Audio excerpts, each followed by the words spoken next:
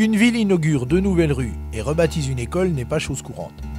Ça a été pourtant le cas ce jeudi à Belfort, où élus et familles se sont retrouvés à 3 reprises.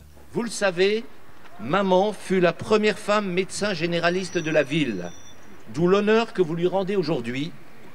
Comment imaginer aujourd'hui qu'avant elle, aucune femme médecin n'exerçait ici, alors qu'en 2023, il y a quasiment plus de médecins femmes que d'hommes.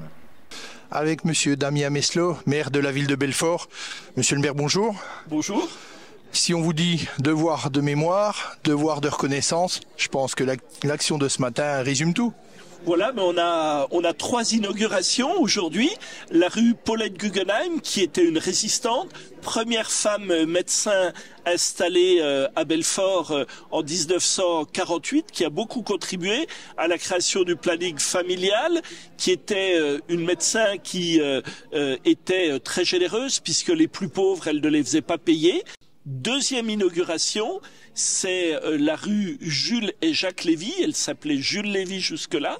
C'était le père qui était médecin et on a ajouté le nom du fils, Jacques Lévy, qui était conseiller municipal de Belfort, qui a beaucoup contribué à l'évolution de l'hôpital, en particulier en supprimant ces grandes chambres de 16 lits pour les transformer en chambres de 6, puis de 4, puis de 2 lits, et qui était très engagé dans la vie belfortaine.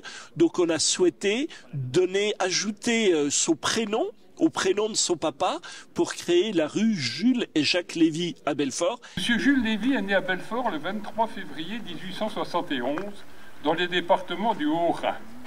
C'est au lendemain de la reddition de la ville par d'Enfer Rochereau que la ville formera un nouveau département, le territoire de Belfort, au mois de mai de cette même année 1871.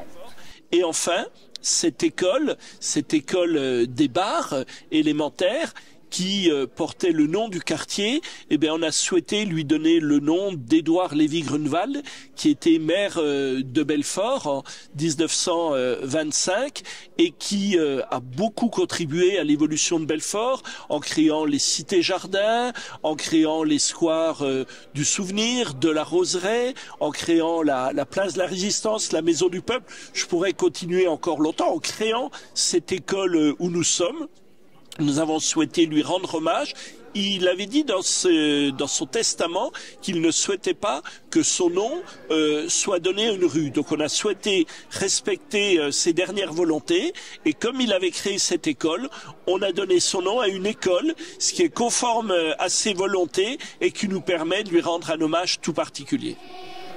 Liberté, égalité.